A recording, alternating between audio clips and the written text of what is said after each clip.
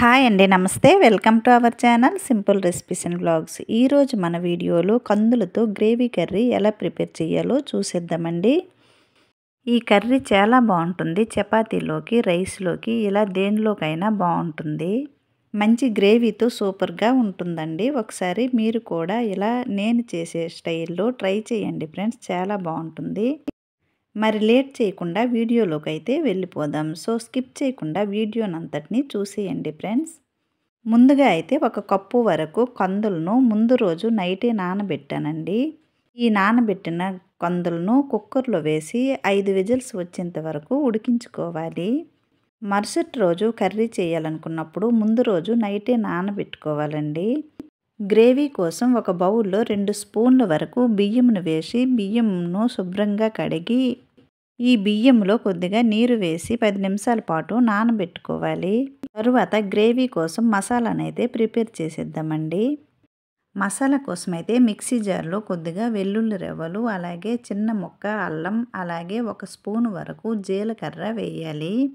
తరువాత దీనిలో 10 నిమిషాల పాటు నానబెట్టుకున్న బియ్యంను నీరుతో పాటు వేయాలి. ఆ తరువాత దీనిలో 2 మీడియం సైజు టమోటాలను కట్ చేసి వేయాలండి. తరువాత వీటిని మెత్తగా పేస్ట్లా చేసుకోవాలి. ఆ తరువాత కర్రీ కోసం అయితే ఉల్లిపాయలను కట్ చేసుకుందామండి. ఇక్కడైతే మీడియం సైజు ఉల్లిపాయలను 2 తీసుకున్నాను. ఈ ఉల్లిపాయలను చిన్న చిన్న ముక్కలుగా కట్ చేసుకోవాలి. అలాగే 2 పచ్చిమిర్చిని కూడా కట్ చేసి పక్కన పెట్టుకుందామండి. ఈ మసాలా ఉల్లిపాయలు అన్నీ మనం రెడీ చేసేలోన కందులైతే ఉడికాయండి. చూడండి, 5 విజిల్స్ వచ్చిన తర్వాత కందులైతే మెత్తగా కుక్ అయ్యావి. ఇప్పుడైతే కర్రీని ప్రిపేర్ చేసుకుందామండి. దీనికోసమైతే ముందుగా స్టవ్ పైన ప్యాన్ పెట్టి 1 స్పూన్ వరకు ఆయిల్ వేయాలి. ఆయిల్ హీట్ అయిన తర్వాత దీనిలో 1 స్పూన్ జీలకర్ర, 1 స్పూన్ ఆవాలు వేసి తరువాత ముందుగా కట్ చేసి పెట్టుకున్న ఉల్లిపాయలను, పచ్చిమిర్చిని వేసి ఉల్లిపాయలను మీడియం ఫ్లేమ్లో కలర్ మారేంత వరకు వేయించుకోవాలి. తరువాత దీనిలో కొద్దిగా కరివేపాకు వేసి ఉల్లిపాయలను వేయించుకోవాలి. ఈ కర్రీ చాలా బాగుంటుందండి. ఒకసారి ఈ స్టైల్లో ట్రై చేయండి.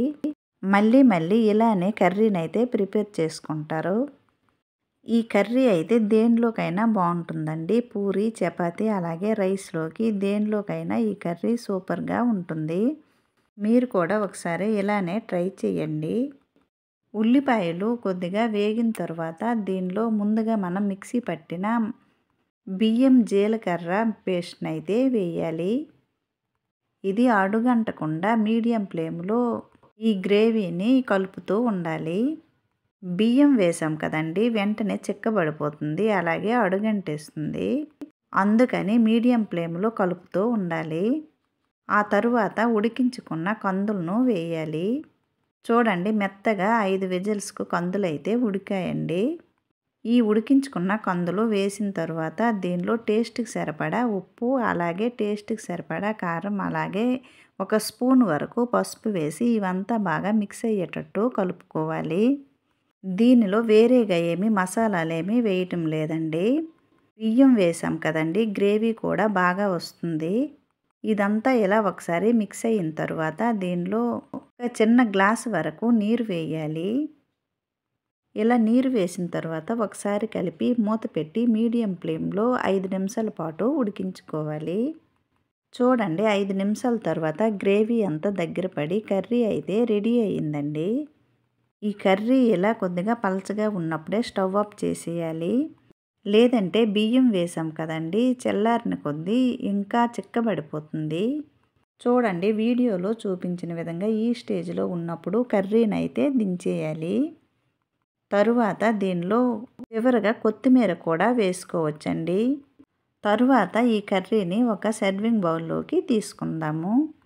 అంతేనండి, ఈజీగా తక్కువ ఆయిల్తో, తక్కువ మసాలాలతో గ్రేవీ కర్రీ అయితే రెడీ అయ్యింది. ఈ కర్రీని తప్పకుండా ట్రై చేయండి, చాలా బాగుంటుంది. అలాగే కొత్త వాళ్ళు ఎవరైనా ఈ ఛానల్లోకి వచ్చినట్లయితే ప్లీజ్ సబ్స్క్రైబ్ చేయండి ఫ్రెండ్స్.